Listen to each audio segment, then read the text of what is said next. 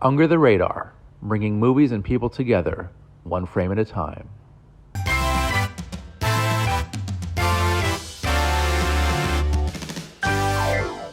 Hey guys, I'm Randy Unger, and this is another episode of Under the Radar, bringing movies and people together one frame at a time. And I have with me my favorite power couple and friends to the show, Rachel Kolb and Eric Godfrey. Welcome back, guys. Hi, happy to be back. Hello. So we've got quite a we have a blockbuster on our hands. We're going to be reviewing the new live-action Barbie film starring Margot Robbie and Ryan Gosling.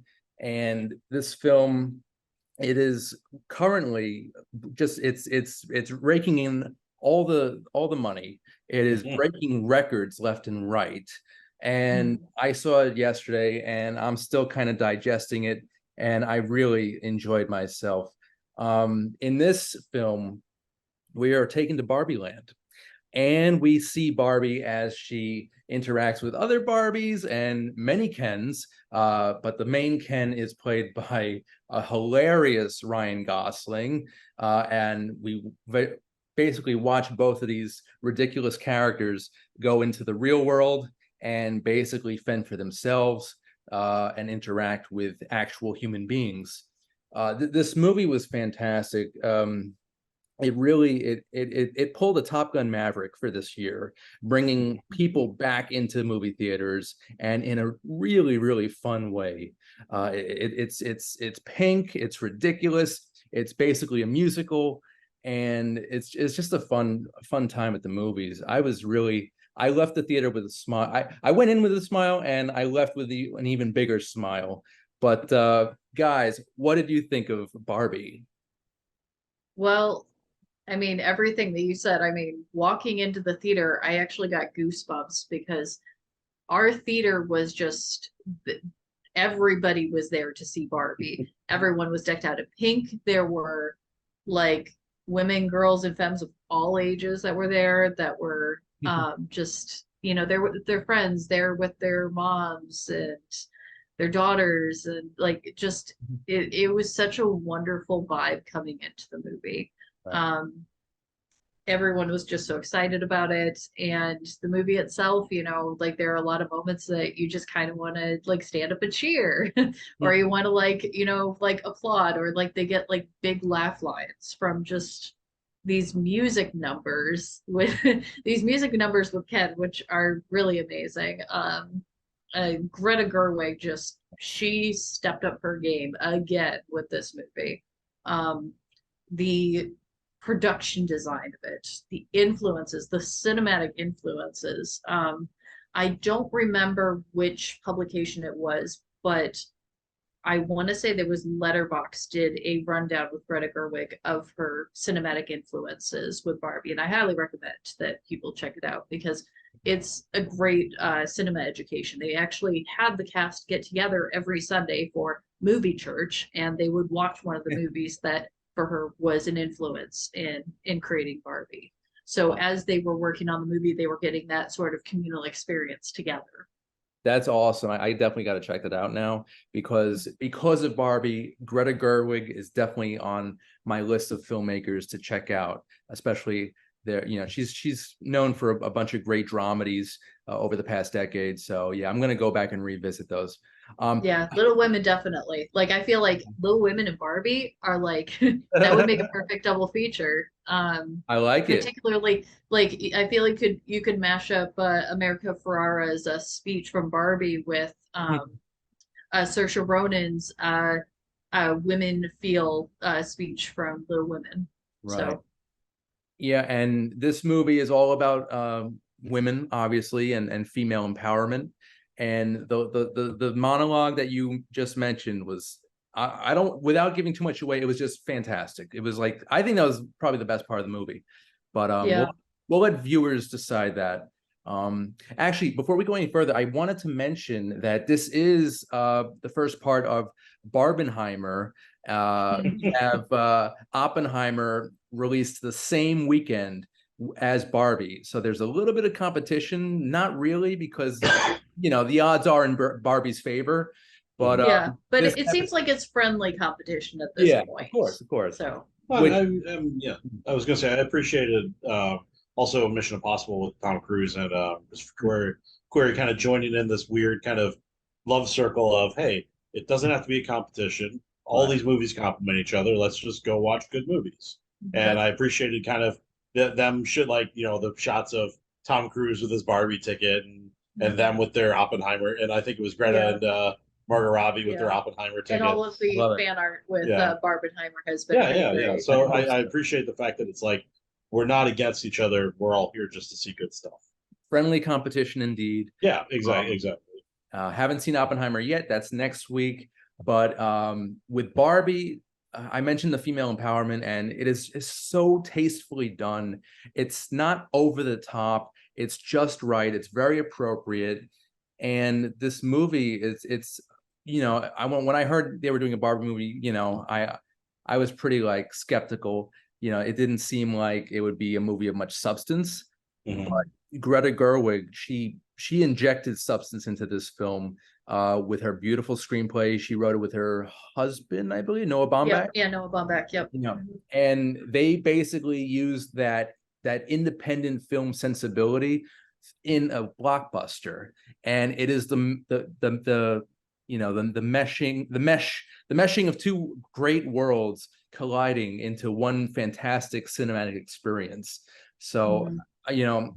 it's a beautiful pink ride, and Margot Robbie sold it. I don't think I can think of a better actress, both physically and just the way she delivers her lines. You actually believe that she's this doll in this fake world. And again, Ryan Gosling, I think he stole the show. He was just ridiculously hilarious. Yes, absolutely. What I mean? And the visuals are there. It's a beautiful film. And yeah, I think I may have to see it again.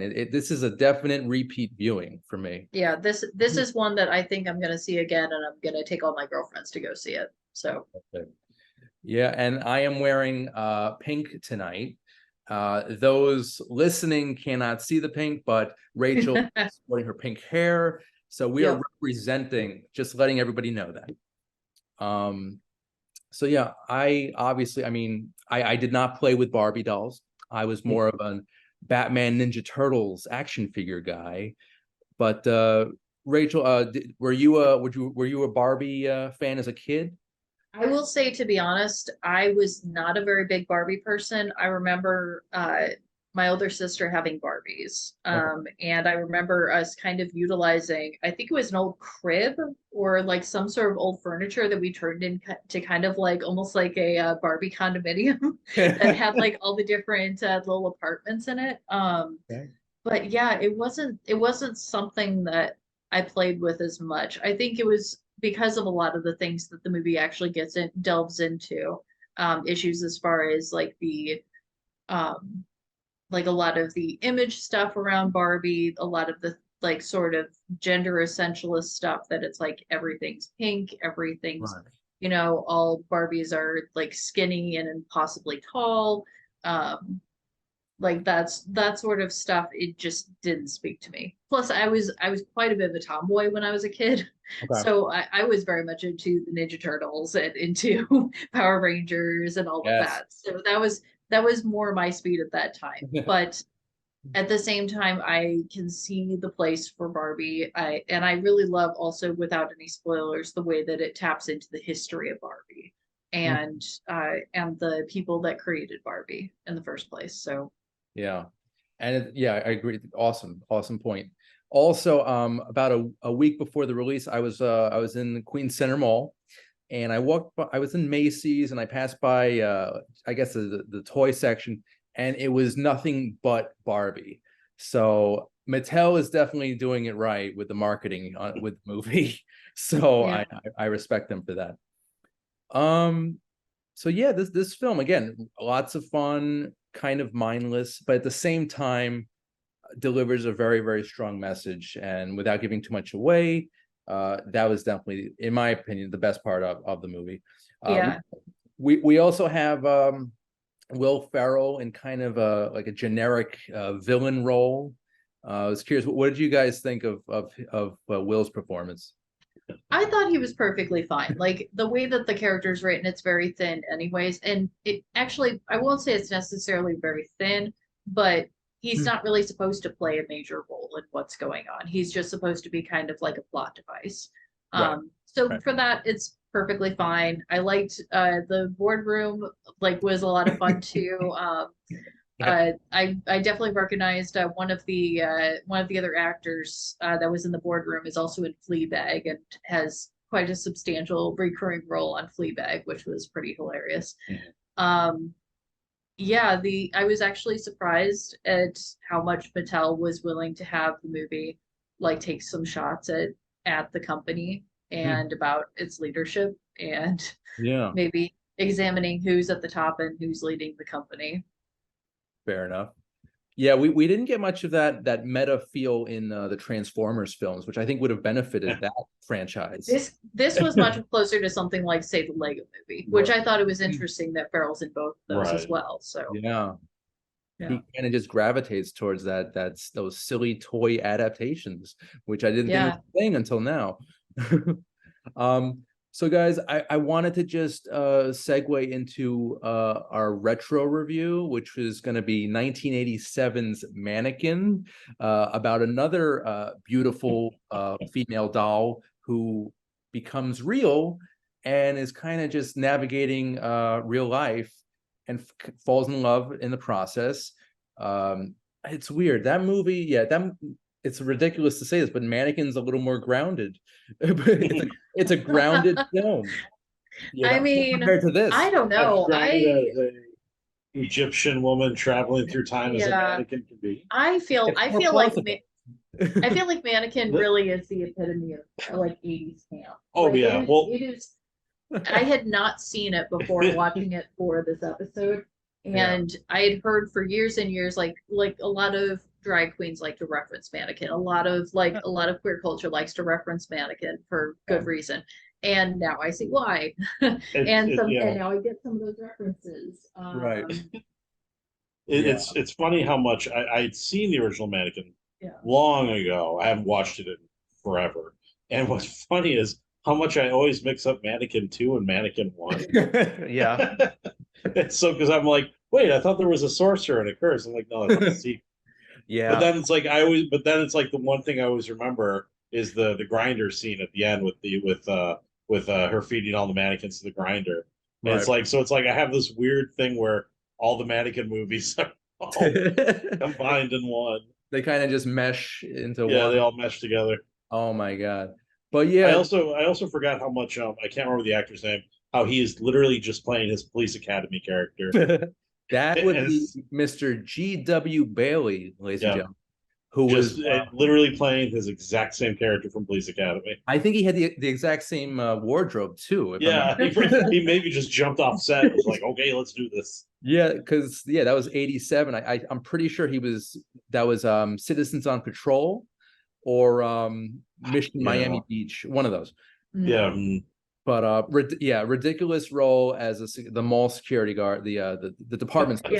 The department store security guard who's very interested in strip searching Andrew McCarthy.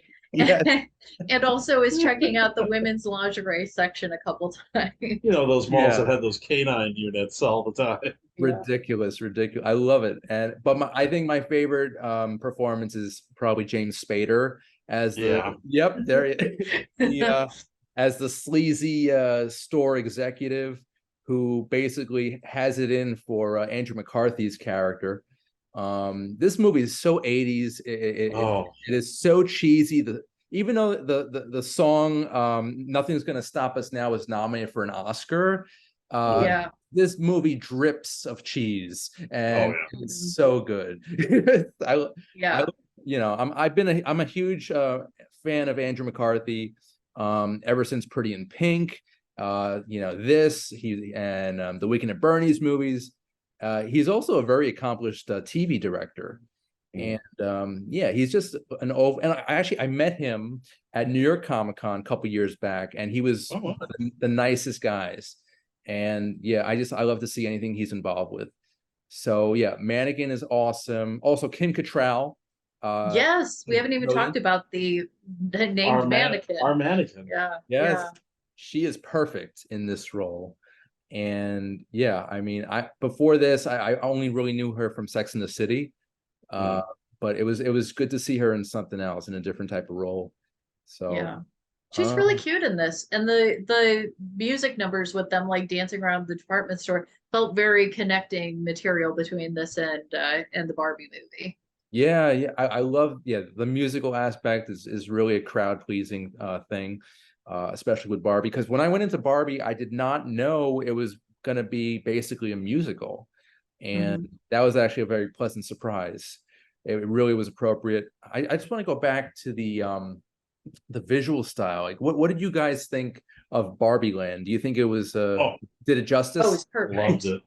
It was incredible, Yeah. really incredible. I actually have an aunt who part of her work is that she basically collects, restores, and resells Barbies and their wardrobes and all these sorts of like furniture and things that various accessories for Barbies. And she has a whole Barbie room in her house, and it reminded me a lot of my experience going into that Barbie room.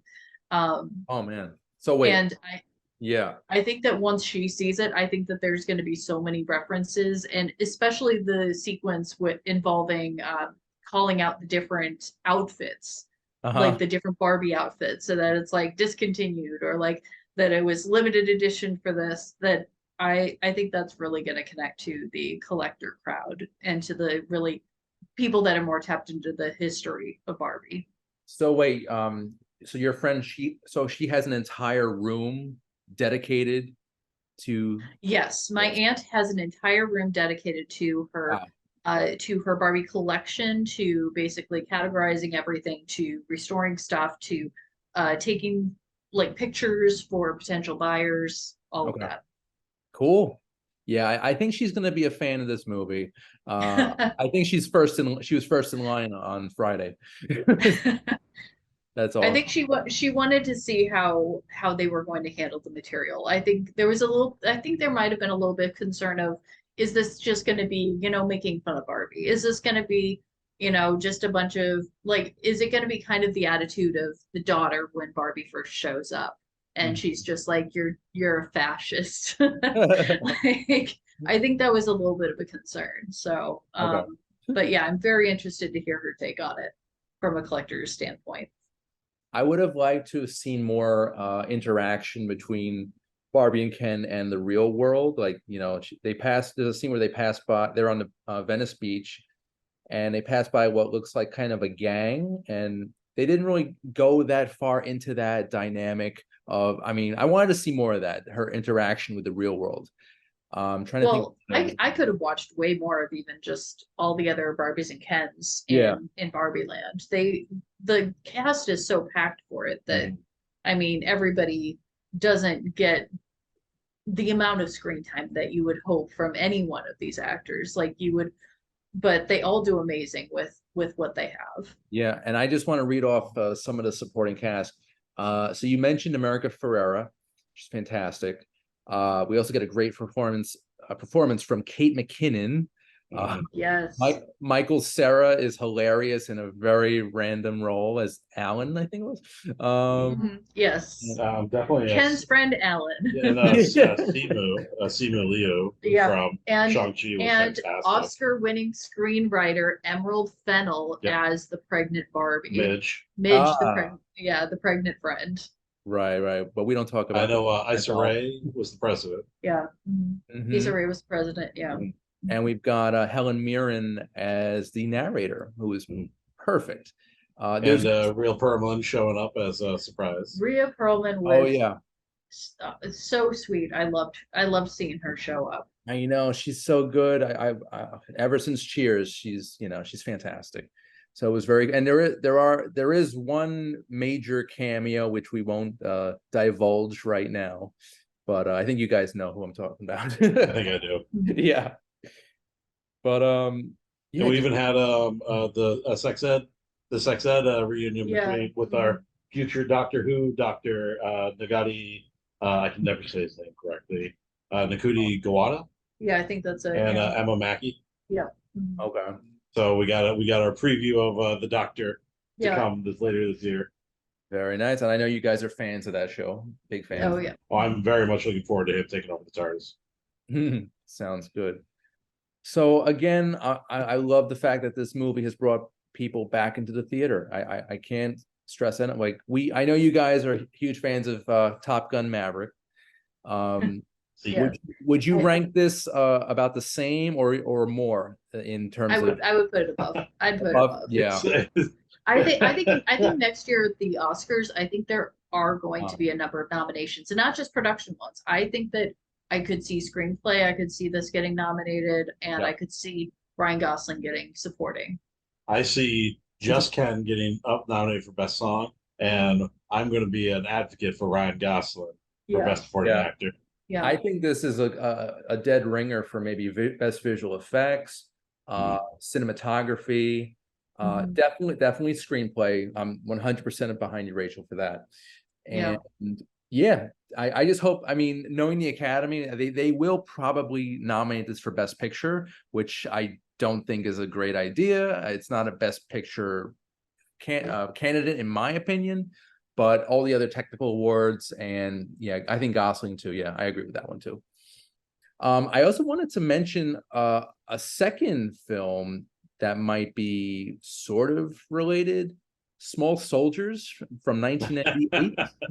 Oh my goodness. Yeah, if we're going Oh, the toys coming to life route, I Yeah, think there was, well, I was gonna say in the 80s and 90s there was a lot of those. There was Right. Indian in the Cupboard, there was yeah, of course, Small Soldiers. I mean Toy Story came out of that era too, of which course. I'm trying to remember what other toys come to life movies. And in Yeah. Toy Story 3, I believe we were introduced to Ken. I think Yes. Barbie was Because released Barbie was in 2. too. Yeah. Right, Because right. when they go to the toy store, Yeah, they go that's when they to meet Barbie. they go to Al's Toy Barn Yep. and they meet Barbie, and tour guide Barbie Yep. drives them around the store. And then, her, but Ken shows up as part of Lotso's gang yeah, in Right. Toy Story because he's 3. like one of Lotso's enforcers. Which we got Michael Keaton Ken, who was fantastic. Perfect. Can't think of a better actor to voice Ken. But again, Ryan Gosling did a very, very good job. Mhm. So yeah, the toy to human dynamic, it's a very interesting formula that we've experienced over the decades. So that's pretty cool. So yeah, are you guys looking forward to Oppenheimer? Very much so. Yes, I cannot wait for Oppenheimer. Okay. That cast, I love Cillian Murphy. I want to see him get all of the awards because I feel like he's been owed it for a long time. He is an incredible actor, just and also not an actor that is, it feels like he's in it for the work and he's in it to deliver just great performances and doesn't seem to get into all of the really big celebrity culture. Okay.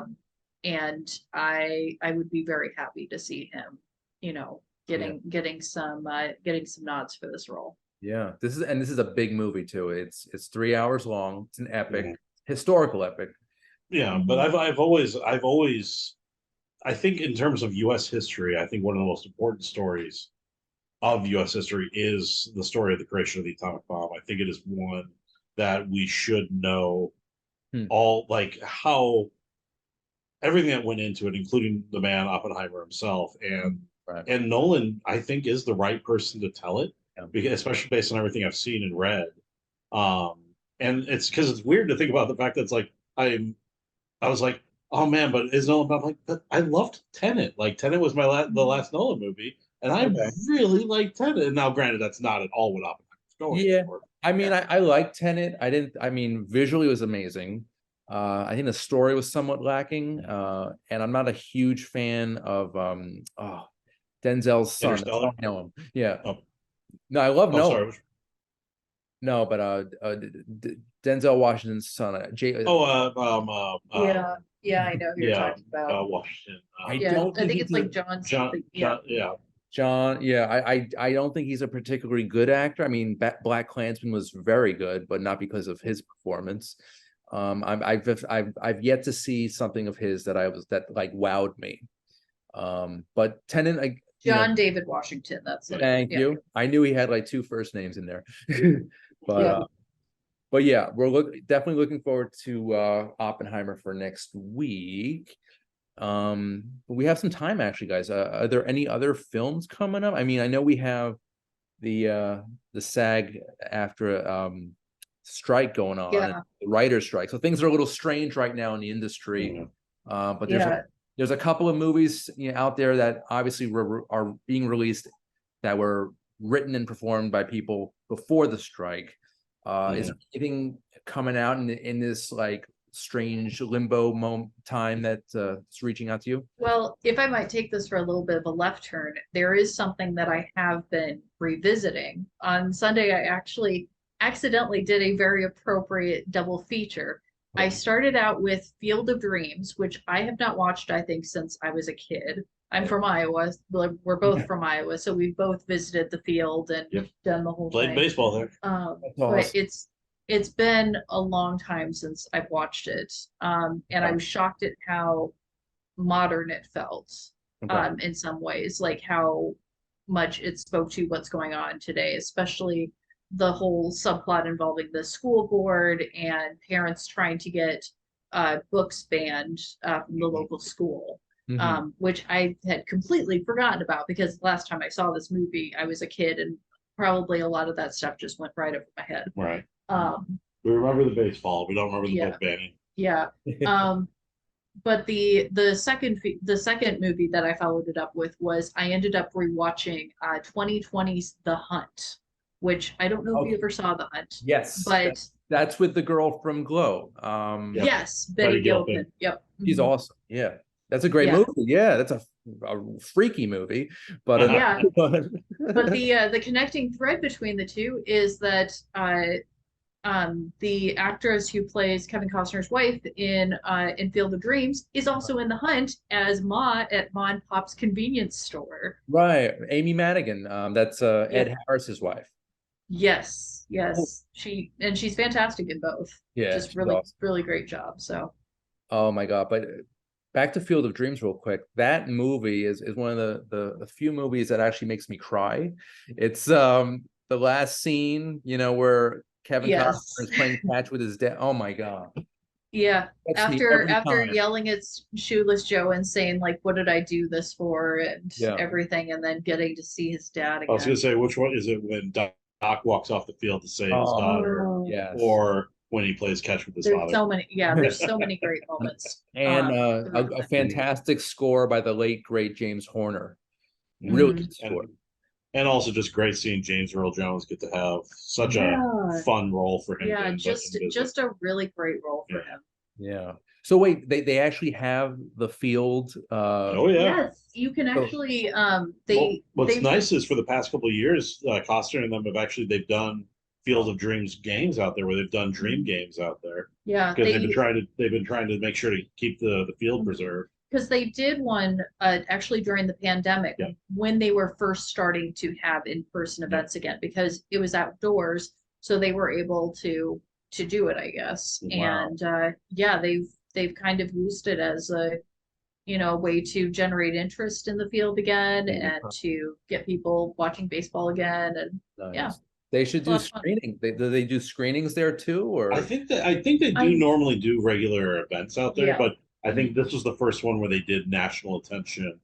Because I remember there was a really great, if you go, I know it's on YouTube, they did shots of all the players on the two teams coming out of the cornfield to go take their positions. Yeah. So it was very cool to actually see them all coming out of the cornfield, all taking up to play the game. Oh, they actually came out. I was picturing. Yeah, they actually had them positioned so they would come out of the cornfield. Yeah, I was just picturing like a hologram type of situation. Yeah. No. Yeah, it was like film editing, like they'd walk in and have walk in, but it was still just really cool seeing the players all come out. I love it. Where in Iowa is that? I might have to go. I want it's is it Dyersville? I think you're right. I think it's near Dyersville. You're right. Yeah, I think so.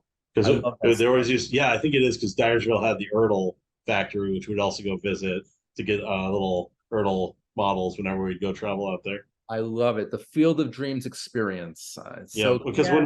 when my family and I went out there, it was like you'd always have a handful of people out there. You just go out there and just hit some balls and have a picnic out there. Yeah, and perfect. confirmed it is a few miles outside of Dyersville, Yeah. Iowa. So So Dyersville. we just go out there for the day and have a picnic and play baseball and Do it. Let's do an under the radar field trip. I think Field trip yeah, to field trip to Iowa. field the trip Field to of the Field of Dreams. Dreams. Perfect. Yeah. So guys, we just have a minute left. I just want to go around. Eric, I know you usually don't have plugs. The only plug I have is Strange New Worlds. Finally had the Lower Decks crossover, and it was everything I wanted it to be. I love it. You're such a Trekkie. Also, they are. I think they're filming, or they're trying to raise funding for To Boldly Go, new documentary about the Trekkie universe, or it's related to Star Trek in some way. So I thought I'd put that on your radar. Definitely. Yeah, check it out. Rachel, any plugs for you? I know you're knee deep in donuts. Yeah. So quick plugs. The Law of Donut Engineering, aka The Lodge in Jersey City. Come on out on the weekends. We have amazing donuts. We have sandwiches, all sorts of good stuff. You can also find us. We're at 2 different farmers markets over the weekend in Jersey City. So you can check out the Instagram for the Lodge to find information on those. You can also find me and my baking adventures on Instagram at Second Act Bake Shop. And you can find Dobby, our sweet dog, who is now cuddled up and passed out. You can find him on Instagram at Dobby the House Doggo. Dobby, the official mascot of Under the Radar. Definitely. Yes. Yes. That's awesome. Rachel and Eric, thank you so much as always. You guys are awesome. And I just want to do some plugs on my end. If you want to see episodes of Under the Radar, just tune into Manhattan Neighborhood Network Mondays at 11 a.m. Eastern, 8 a.m. Pacific. Also, feel free to visit the Under the Radar YouTube channel, subscribe and share. And yeah, that about does it for part 1 of Barbenheimer. We have part 2 next week. It should be very exciting. And yeah, this has been Under the Radar, bringing movies and people together, one frame at a time. We'll see you next time. Take care. Under the Radar is brought to you by Magnitude Jewelry. Add a 2 to match your attitude. Patent pending, interchange genuine gemstone and crystal EMF protection jewelry. For more information, please visit magnitudejewelry.com/gemgirl or call 718-268-6634.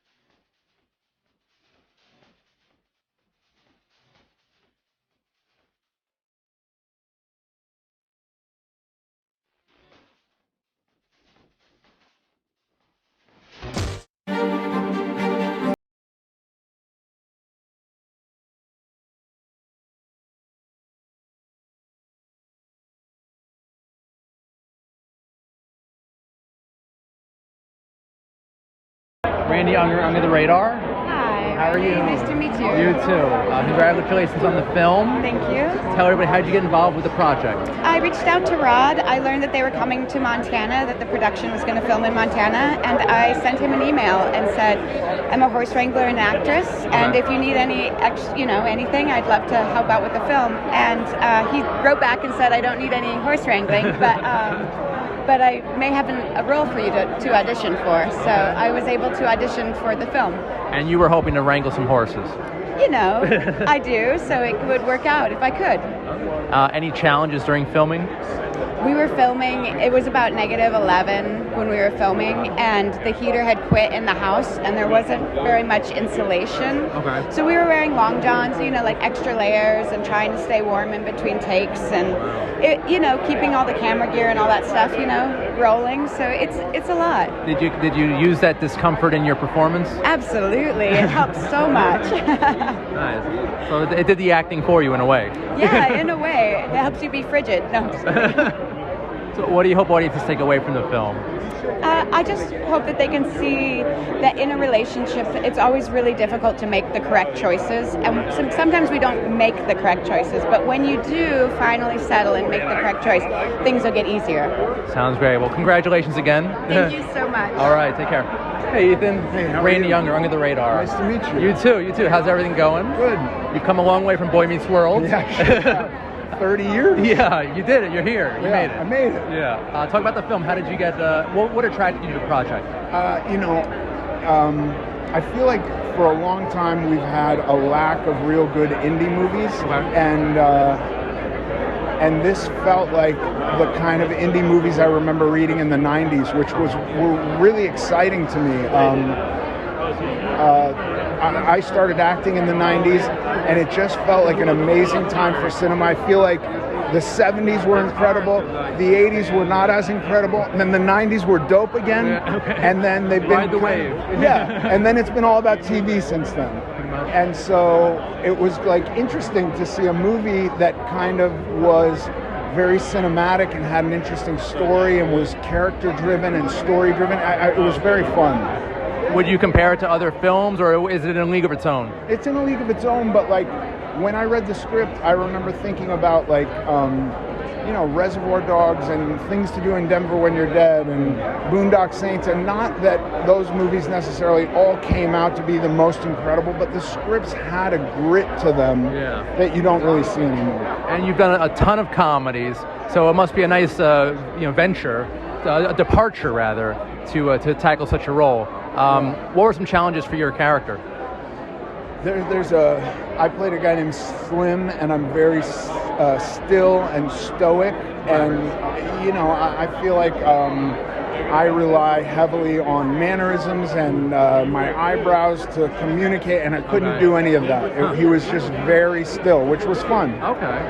And another movie you did that I absolutely love, and not a lot of people love, but Evolution. Yeah. What were some of your memories on that film? I remember, I have this thought a lot. I really, really like doing that movie. I love Ivan Reitman. Like, he's a hero of mine. And he yelled a lot. And I thought when he would yell, I thought he should be yelling. Okay. and I got sad recently because I thought people probably aren't allowed to yell anymore. Yeah, you're very sensitive these days. Yeah. And that made me sad, because like, that energy, Stanley Kubrick today would get pilloried. Right. Ivan Reitman, I don't know, he's probably fine. Okay. But like, I don't know, I miss that kind of energy. You're at work, it doesn't all have to be like nice and peaceful. There can be some stress, like some emotion. Yeah, and not just fake emotion on screen. Like sometimes the director gets pissed and has to yell at you, and that's okay. That motivates the actors to do a better job. Yeah, exactly. That's awesome. Ethan, thank you so much. My pleasure. And if you ever want to come on the show, maybe review some movies or talk some more, sure. Under the Radar. Under the Radar. Thanks a lot, man. Thank you.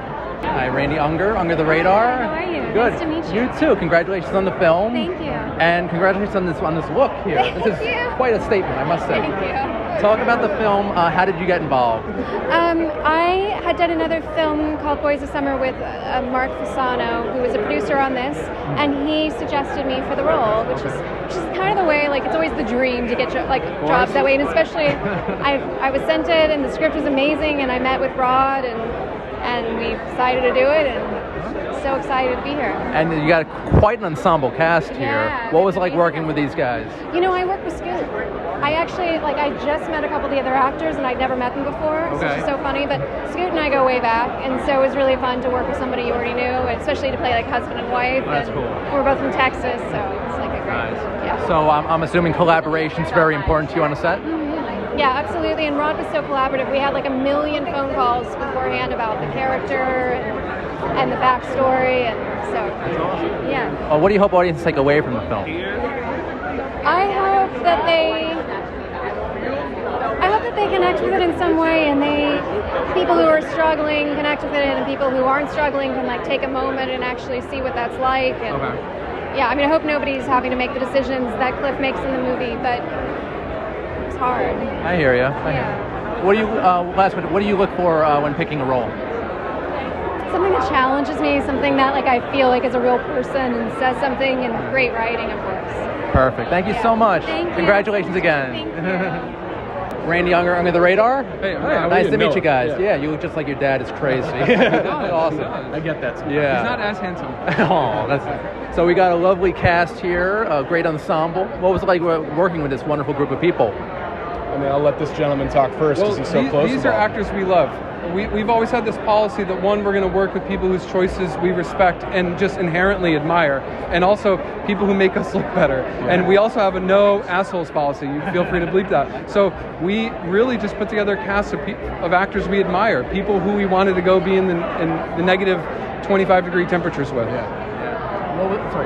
No, I just echo that too. It's when you're working with people you admire, it doesn't feel like work, it feels like collaboration. And that's what filmmaking is. It takes a village. You need people that are going to buy into what you're selling, and it's really easy to buy into Rod. He's just a lovely guy, and he's my best bud. So like I get it, ultimately why this cast came to us, And I actually haven't seen the film yet. I'm going to, I promise. What were some of the big challenges on set? I'm very curious.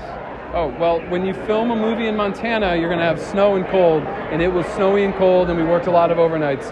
I mean, truthfully, the hardest part about the movie was not even relative to the production experience, but we both have kids. We both have 2 children, and we're away from our family for 3 months, That's hard. And I think that, in the film business, people get, turned into machines, and it's sort of expected that you can't both be grateful and be sad about something at the same time. And I think, it's hard. It's hard to be away from your family. It's hard to do something you love while sacrificing something you love at the same time. It's a give or take. It's like a sacrifice, basically. Yeah, always. How about yourself? Some challenges for you? I mean, when I think about it, I always come back to schedule. We always had this guy under the gun, and because, it's a very meticulously crafted movie. It was, it's shot listed down to a T. Each shot mattered and existed for a reason. So missing anything wasn't really an option. So it was all about schedule, and that can wear on you. But, we made it work, and, I would say no one was ever waiting on Rod. So, and that's a really good quality in a filmmaker. Yeah. Lastly, what do you hope audiences take away from the film?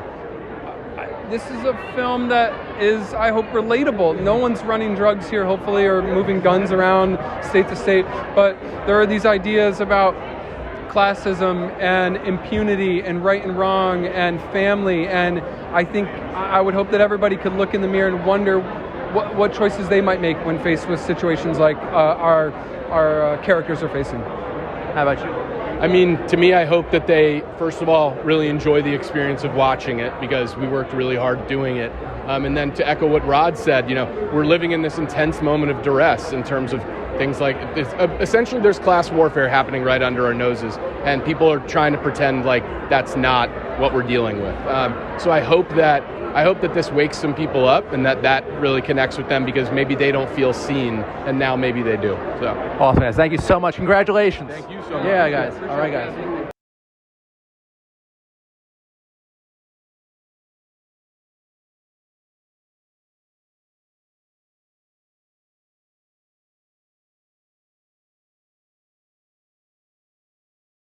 Do you understand why I love this movie so much? No. For Sav Rogers, a queer kid growing up in Kansas, role models came from an unexpected source. When I was 12, I had a movie where the gay and lesbian characters were good and funny and out. They were able to live as their authentic selves. Chasing Amy. Chasing Amy. Chasing Amy. The third film from director Kevin Smith. It's about a guy who falls in love with a lesbian. But Sav's about to find out. Life's not about finding your heroes. Welcome to the house that Amy built. It's about finding yourself.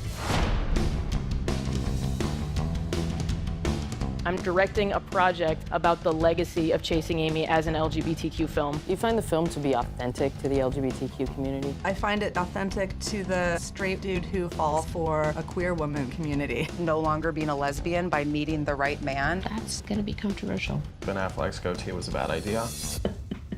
Let's go into the movie. Something that's problematic can still mean a lot in your development.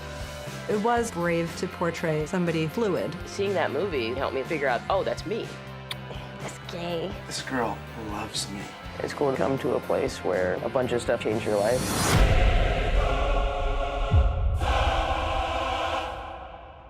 All right, let's go. This is where they have their big fight. Well, we're purifying it with our butts. You were so supportive, and I was so alone in the world. How wonderful that you found something in it. The movie is amazing, but whatever moved you, there's a dark side too.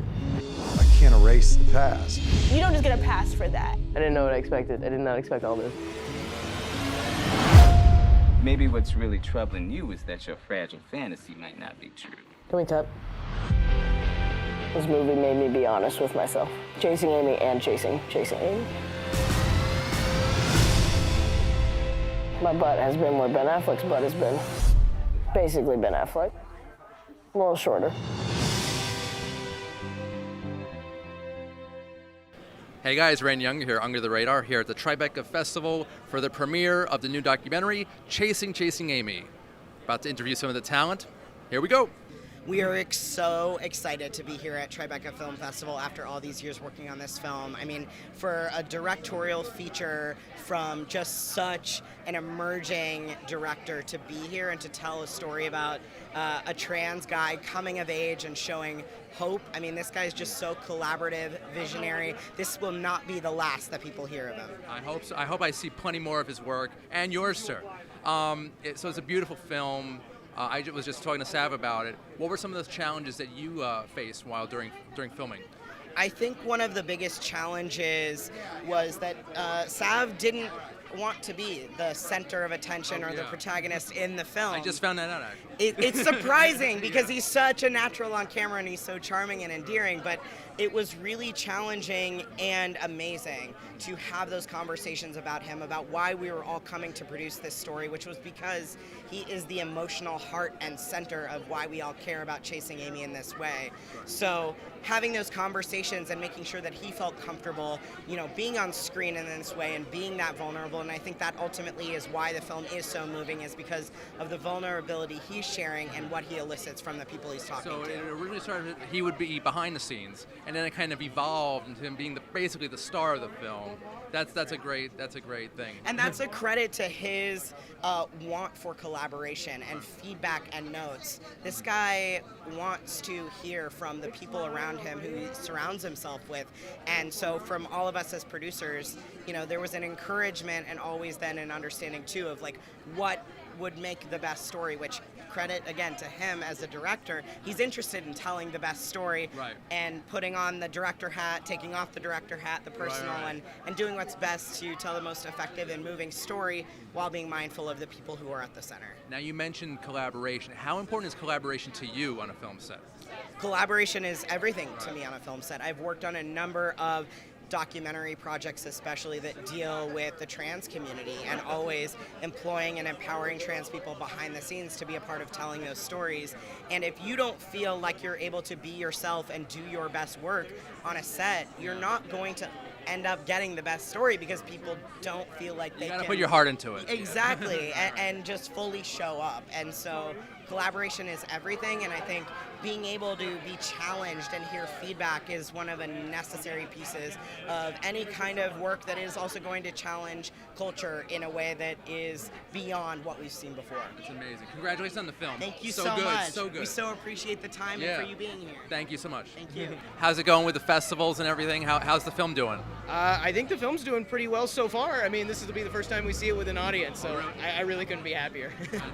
So what was the journey like? I know it was very difficult, but and very uplifting and empowering. And just how do you feel with it all done?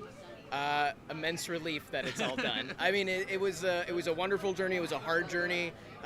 It was life-changing, the entire experience. So I'm just grateful for everybody here who's here to celebrate it and to watch the movie. I can't believe it. I'm excited for you. What were some of the big challenges during filming? I'm curious. I think the biggest challenging as we were finishing the movie was watching cuts of myself on screen. You know, it's hard to balance being the filmmaker and also being the primary participant, especially when you did not want to be the primary participant. And so that was the most difficult part for me. But again, like, we have such amazing collaborators, you know, from our editing team to our producers to our DPs that, you know, were so kind and gracious with me as I was, you know, trying to navigate what's that relationship like and what's that process like. Okay. Yeah. What was it like assembling the cast from the original film? You met Kevin Smith. How amazing was that? Getting to meet everybody from Chasing Amy, Kevin included, was incredible. I mean, they didn't have to give me any of their time. They didn't have to give me interviews. They didn't have to work with me on this, but they all chose to, and the movie is so much better for their participation, and getting to work with them has made me a better director. That's amazing. Are there any other Kevin Smith movies that have made an impact, not as big as Chasing Amy, but what do you think of his filmography as a whole? I love Kevin's movies. You know, Kevin was the first filmmaker that I really responded to, like, just in terms of his overall body of work. And so Dogma is probably my next favorite Kevin Smith movie. It's a brilliant script. I love the rules of the universe, what he sets up there. It's wildly imaginative, and it's a great film. Are there any other films that have touched you in such a way, or? Like Save My Life? Yeah, pretty much, or came close to it, or what are some of your favorites? Some of my favorites, I love The Truman Show, Barb and Star Go to Vista Del Mar, Birds of Prey, Rear Window. I mean, the list goes on and on. I mean, there's so many amazing movies out there. I could stand here talking to you all day about it. Of course, I have a movie review show, so I had to ask. There you go. Are there any other projects you're working on now you can talk about? With the writer's strike, nothing much that I can talk about right now, but whatever comes next, it'll hopefully continue this trend for me of being optimistic, fun, and focusing on the joy of life and not just the worst things that have ever happened to us as queer people. What drew you to the project? I've known Sav since he was in college, and my background is in film festivals, and so I worked at a festival that programmed some of his early work. Okay. So I've known him for that long, and we became friends. Sort of a mentor, I see. Yeah, in some ways.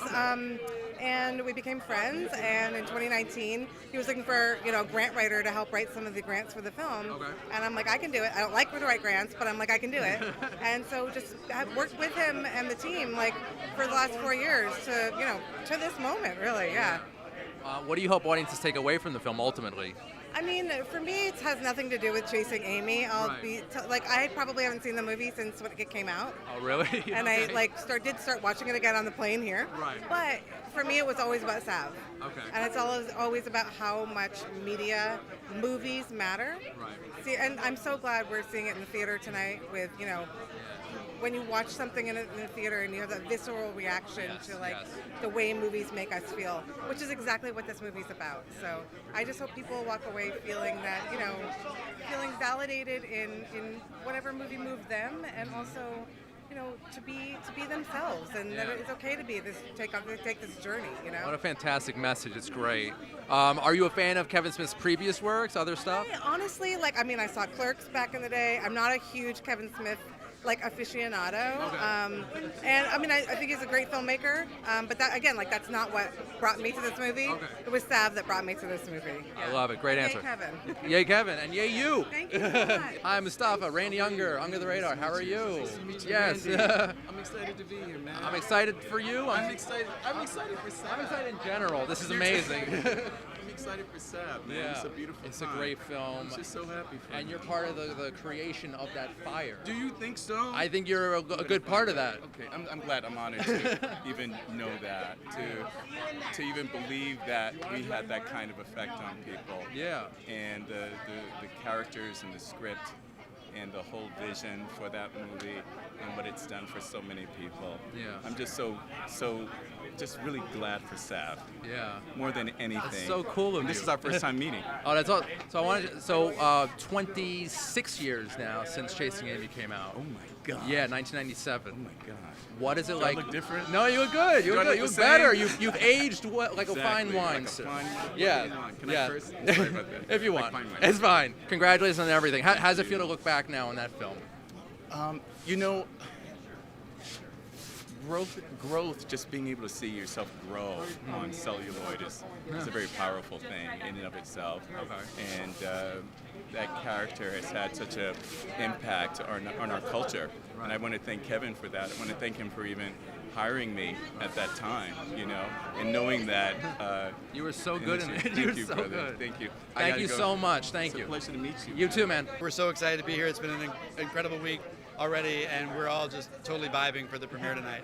Very excited for you guys. I actually watched the film last night, and it was really a triumph. So I want to credit you, Sav, and the entire team on a job well done. Thank you. It's been among the most collaborative projects I've ever had. Sav assembled this incredible team of people with disparate expert, takes on things that just really developed a fabric for the whole film. All credit to Sav for putting together such an elaborate team of incredible and talented people. It's been a real joy to work on. I've been with the project for about 3.5 years. The project's been going on for a little closer to 5 total, and it's just such a deeply personal film for Sav, and we're just so happy that we're able to give such a platform for the film. So you obviously saw potential in Sav's vision. What drew you? What was the main driving force? What attracted you to the project? Oh man, that's such a great question. Thank you for asking. I first met Sav in 2018 at a Missouri Film Commission party at the now Gotham, but then IFP week. And we were introduced by the Missouri Film Commissioner, Andrea Sporchik. Thank you, Andrea. I just immediately fell for Sav's idea and vision and energy. And I knew at that moment that Sav was like a moving train, right? And so I had to hop aboard. Yeah. And so it took a little while for things to kind of settle out, but I ended up getting on board, and we ended up finishing the project in post at my production company, Space Station, here in Brooklyn. And the entire year and a half that we were in post, Sav was so involved and so integral to every decision. And then our group of producers, Alex and Leela and Carrie, myself and Sav, it's just so collaborative and just such a joy to work with. We're really I feel like we're on a victory lap right now. That's awesome. And I've definitely, collaboration seems to be the theme tonight, especially with this film. So how important is collaboration on a film set for you? Well, it's very rare, I think, to have the collaboration at the level we've had it. Sav, as a director, does such an incredible job of making sure that everyone feels seen and heard, and that every note is considered. Sav has his own vision, and he's ready to let other people amplify that.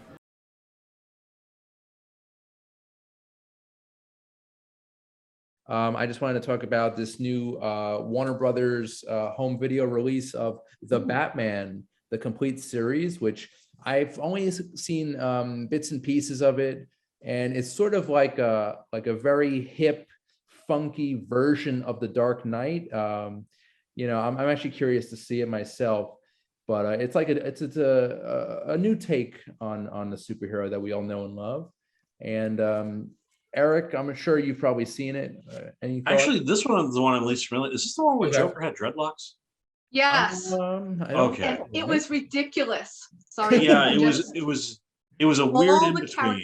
Yeah. Yeah, it was a weird in between because I think after that you also had Batman, the Brave and the Bold, which was far more whimsical. Right. Yeah, it went back to the real Adam West, which I think Brave and the Bold is severely underrated. Okay. Especially the Music Meister episode with Neil Patrick Harris. That's cool. Well, maybe you guys can come over and we can do a little watch party. Yeah, because that's probably the most of the Batman animated that I'm the least familiar with. Gotcha. It's got like I gave it enough time of my life. I'd say skip it. It does have an interesting theme song to it. It's kind of a funky, not really your standard Danny Elfman or 1966 version, but yeah, because I think that's when they were trying to go away from, because I think Batman Beyond was done, the animated series, they even got new voice actors. So I think it was they were around really the same time as Justice League Unlimited or Justice League, and they had already finished Batman Beyond and the Zeta Project, and the DCAU was mostly wrapping up. Okay, so yeah, they were really trying to go for a much different vibe with Batman at that time. Nice. Okay, good to know. So yeah, that's out now. It's The Batman, the complete series, out now, home video, Blu-ray, and DVD.